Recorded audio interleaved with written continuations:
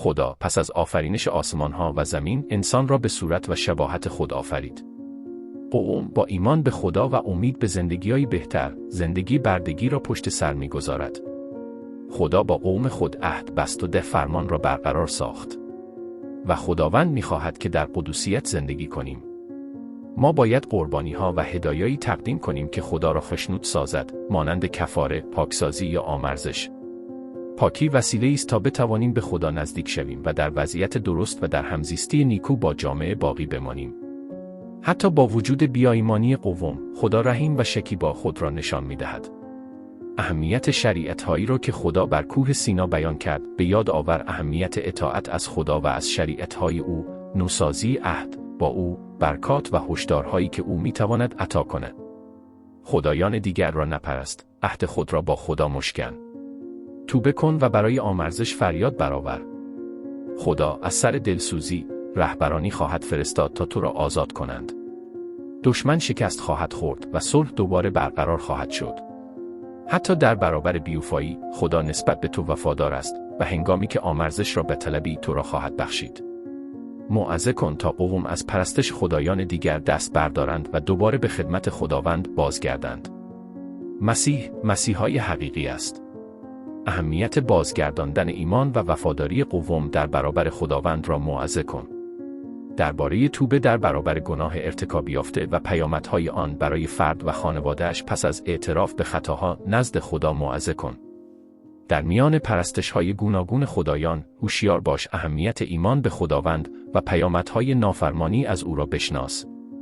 از ایمان به خدایان دیگر دست بردارید و با ایمان به خداوند زندگی کنید، ضرورت وفاداری و ایمان به خدا را درک کنیم. دور از اصول خدا، هر ملتی بی‌دفاع و آسیب پذیر می شود. اهمیت پرستش خدا را درک کن، به زندگی پرستش خداوند بازگردید. با بیایمانی قوم نسبت به خدا، ملت دچار افول می شود و پادشاهی ها مورد هجوم قرار می گیرند. زندگی خود را وقف آموزش کلام خدا به قوم کن، از طریق تعلیمات، زندگی دینی و ایمان به خدا را بازسازی کن، اهمیت ایمان و دعا را بیاموز، زندگی‌های سرشار از محبت و ایمان به خدا داشته باش. در میان مشکلات، حتی در برابر همه سختی‌ها و آزمایش‌ها، ایمان را از دست مده و خدا را به پرسش مکش. فروتن شو و خود را به اراده خدا بسپار تا زندگیات پاک شود. ضرورت تسلیم شدن به خداوند را درک کن، با اعتماد و شکیبایی در او و در تصمیماتش انتظار بکش. به خداوند و آمدن او به عنوان نجات دهنده ما ایمان بیاور. ترس از خدا اصل بنیادین است و پایه حکمت شمرده می شود. ترس ما از خداست که ما را به او نزدیک می کند. کسانی که می خواهند به خدا ایمان بیاورند، در زندگی خود برکات خواهند داشت و از نیکویی، رحمت و محبت او بهره‌مند خواهند شد. آنان که او را پیروی نکنند، از حکمت و برکاتش دور خواهند بود. از زندگیات بهره ببر، زیرا جاودانه نیست، هر آنچه خدا به ما میبخشد را قدر بدان. زندگی زمینی گذراست، بنابراین هرچه در اینجا به دست میآوریم و تجربه میکنیم، هرچند مهم باشد، روزی فراموش خواهد شد. هر آنچه زیر آفتاب است، مانند ثروت و دارایی، بدون زندگی‌های پیوند خورده با خدا معنا ندارد. همه غرورها و هر آنچه میجوییم، اگر زندگیمان رو به خدا و حکمت او نباشد، بی‌معناست. اهمیت زندگی بر پایه ایمان به خدا را درک کن و از هر آنچه او عطا می‌کند بهره‌مند شو. زندگی دور از خدا پوچ و کوتاه است، با او حیات جاودان داریم. برکات خدا برای کسانی خواهد آمد که توبه کنند، اما اگر سرکشی قوم ادامه یابد، مجازات خواهند شد. مسیحای حقیقی است. مسیح آمد تا همه را نجات دهد. به سبب گناهان ما، مسیح رنج کشید تا همگان در امان باشند. خداوند راه نجات ماست. مطابق فرامین خدا زندگی کن. خدا در موقعیت‌های گوناگون به قوم رحمت نشان داد، همه باید به سوی خدا بازگردند، زیرا او نیکو و عادل است و عدالتش اجرا خواهد شد. ایمان و باورهای خود را به سوی خدا بازگردانید. اهمیت تجدید عهد با خدا را به همه منتشر کنید. کلام خدا و اهمیت پیروی از آن را به همه نشان دهید، همگان را از پیامدهای سرکشی آگاه سازید. محبت خدا و فرصت توبهایی را که او عطا می‌کند به همه نشان دهید. حتی در برابر گناهان ما، خداوند پیوسته ما را به توبه دعوت می‌کند، ما را می‌بخشد و فرصتی تازه می‌دهد تا از محبت و رحمت او بهره‌مند شویم. رحمت و نیکویی خدا که آماده است حتی در برابر گناهان ما را ببخشد و دوست بدارد و اهمیت حفظ رابطه‌ای وفادار با او. با توبه می توانیم از محبت عظیم خدا بهره مند شویم.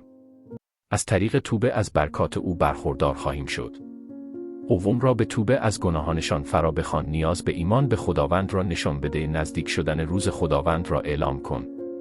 و برای آنان که توبه کنند و حقیقتاً به خدا ایمان آورند، آن روز نجات خواهد بود. همگان را از داوری و مجازات خدا برای کسانی که بر ضد او می‌ایستند و در گناهانی چون فساد، طمع و پرستش خدایان دیگر باقی می‌مانند، هشدار بده. خدا از راه‌های گوناگون قوم را به توبه و نجات فرا می‌خواند. قوم را هشدار بده تا از گناهان خود، از پرستش خدایان دیگر توبه کنند و به محبت و تعالیم خدا بازگردند و اگر او را رد کنند، با پیامدهایی چون ویرانی روبرو خواهند شد. خدا قوم را متحد خواهد ساخت و ملت را بازسازی خواهد کرد. نسبت به همسایگان شفقت و همدلی داشته باشید. خدا به کسانی که از گناهانشان توبه کنند فرصت دوباره می‌دهد تا از رحمت و محبت او بهره مند شوند. او بی‌عدالتی‌هایی را که بر فقیران و ستمدیدگان از سوی حاکمان روا می‌شود محکوم می‌کند. به درگاه خداوند فریاد بزنید و برای پاسخها التماس کنید. بسیاری اوقات نقشه‌های خدا را برای خود درک نمی‌کنیم، اما او می‌داند چه چیزی برای همه بهتر است و باید همواره به او اعتماد کنیم. روز خداوند. خدا با وجود رحمتش ملت‌هایی را که به هشدارهای مکرر برای توبه توجه نکردند داوری خواهد کرد. خدا گناهکاران، آنان که از او دور میمانند، را مجازات خواهد کرد و عادلان، آنان که به او ایمان دارند، را پاداش و برکت خواهد داد. درخواست کنید تا همگان فروتن باشند، زیرا فروتنان، آنان که حتی بی ثروت به خداوند و عدالت او ایمان آوردند، برکات خدا را دریافت خواهند کرد. خداوند را همواره پیشاپیش زندگی و اعمال خود قرار دهید. نجات به شیوه زندگی یا انتخاب‌های سیاسی قوم وابسته نیست. نجات برای همه در دسترس است، اما همه آن را نخواهند یافت. نجات یافتگان کسانی‌اند که حقیقتاً به خداوند ایمان می‌آورند. خدا حاکم مطلق است، او همه چیز را می‌داند، می‌بیند و قدرت تصمیم نهایی بر همه امور را دارد.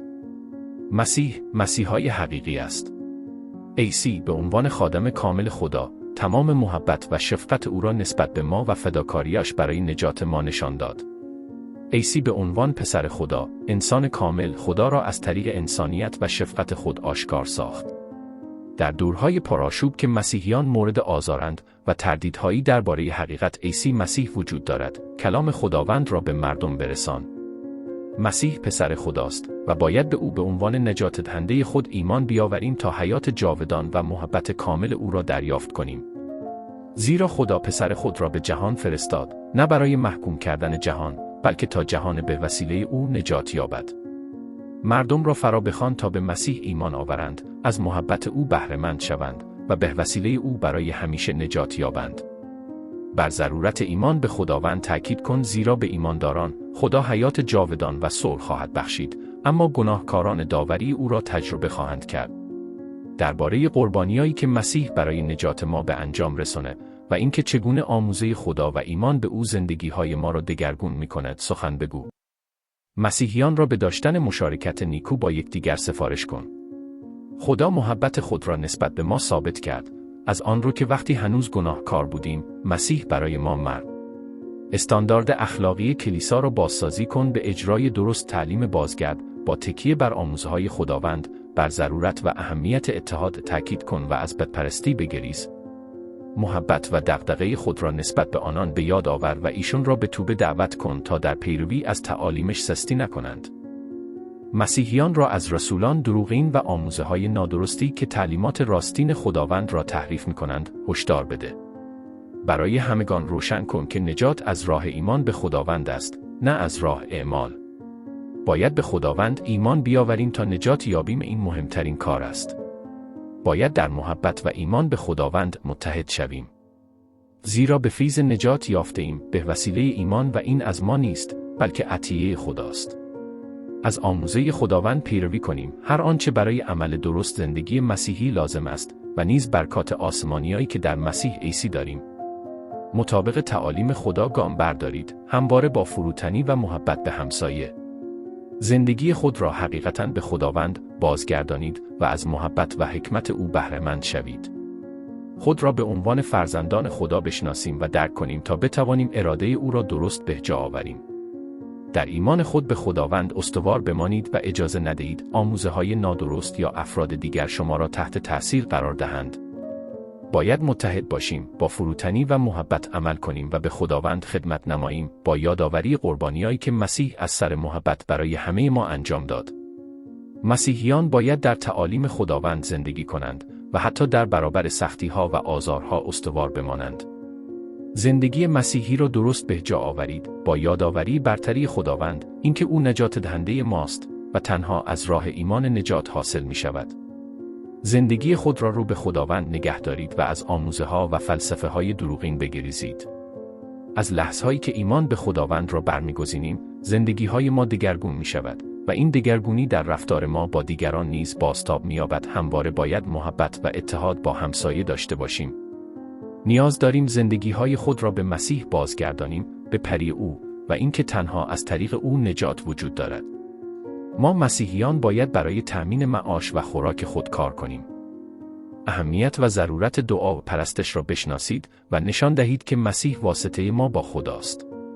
جوانی خود را خار مشمار بلکه الگوی ایمانداران باش، در کلام، رفتار، محبت، روح، ایمان و پاکی. به خدا و به قربانیایی که مسیح برای همه انجام داد ایمان بیاور و از شهادت خداوند شرم مدار. به سالمندان سفارش کن که در ایمان سالم باشند و برای جوانترها الگو گردند و جوانان را به اعتدال پند بده.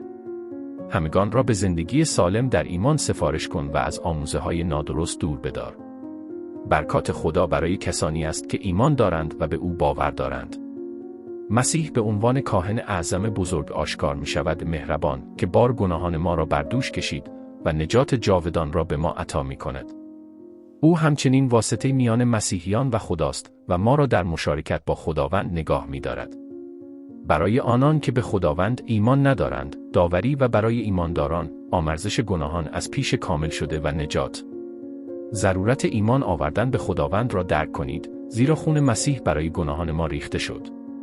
مسیح قربانی شد تا ما حیات جاودان داشته باشیم.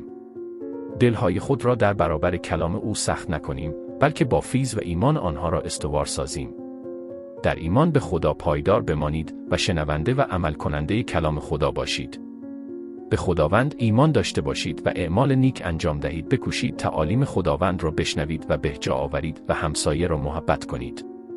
میان مسیحیان ثروتمند و فقیر تبعیض قائل نشوید و بر اهمیت محبت به همسایه تاکید کنید. از یکدیگر شکایت نکنید، دعا کنید و شکیبا باشید، زیرا آمدن خداوند نزدیک است. مسیحیان باید یکدیگر را دوست بدارند، مهمان نواز باشند و همواره خدا را از طریق مسیح جلال دهند. در برابر سختی‌ها و آزارهایی که بر مسیحیان خواهد آمد نیرومند باشید. همواره از فرامین خداوند پیروی کنید و مطابق تعالیم او زندگی نمایی. تحت تأثیر انسانها و آموزه‌های نادرستشان قرار نگیرید. از معلمان دروغین و آموزه‌های نادرستی که می‌توانند در میان مسیحیان نفوذ کنند آگاه باشید. تا بازگشت او در ایمان خود رشد کنید. پیامبران راستین و دروغین را بشناسید. اهمیت مشارکت با خداوند، ضرورت نگاه داشتن کلام او و پرهیز از گناه را درک کنید. مسیحیان را به محبت به همسایه سفارش کنید و هشدار دهید که محبت امور دنیا را در دل نداشته باشند. محبت خدا را به یاد مسیحیان بیاورید و از همگان بخواهید برادران خود را محبت کنند، همان گونه که مسیح ما را محبت کرد، ما نیز یکدیگر را محبت کنیم. برای ایمان بجنگید، در وفاداری به خدا ثابت قدم باشید و از معلمان دروغینی که در کلیسا پدید میآیند و خدا را انکار می‌کنند، مراقبت کنید. در ایمان استوار بمانید و از وسوسه‌های شیطان دوری کنید. همگان را به توبه از گناهانشان و ایمان به مسیح دعوت کنید تا از نجات بهره مند شوند. در انتظار آمدن خداوند باشید و نشان دهید که نبوت‌های مربوط به مسیح تحقق یافته‌اند. آخرین دعوت خداوند را آشکار سازید تا بتوانیم از گناهان خود توبه کنیم و از حیات جاودان و محبت خدا بهره مند شویم. و اینک به زودی میآیم و پاداش من با من است تا به هر کس بر حسب اعمالش بدهم. من آلفا و اومگا، آغاز و انجام، اول و آخر هستم. خوشا به حال آنان که فرامین او را نگاه می‌دارند تا حق داشته باشند، از درخت حیات بهره‌مند شوند و از دروازه ها به شهر داخل گردند. من راه و راستی و حیات هستم، هیچ کس نزد پدر نمی آید جز به وسیله من. به خداوند عیسی مسیح ایمان بیاور و نجات خواهی یافت.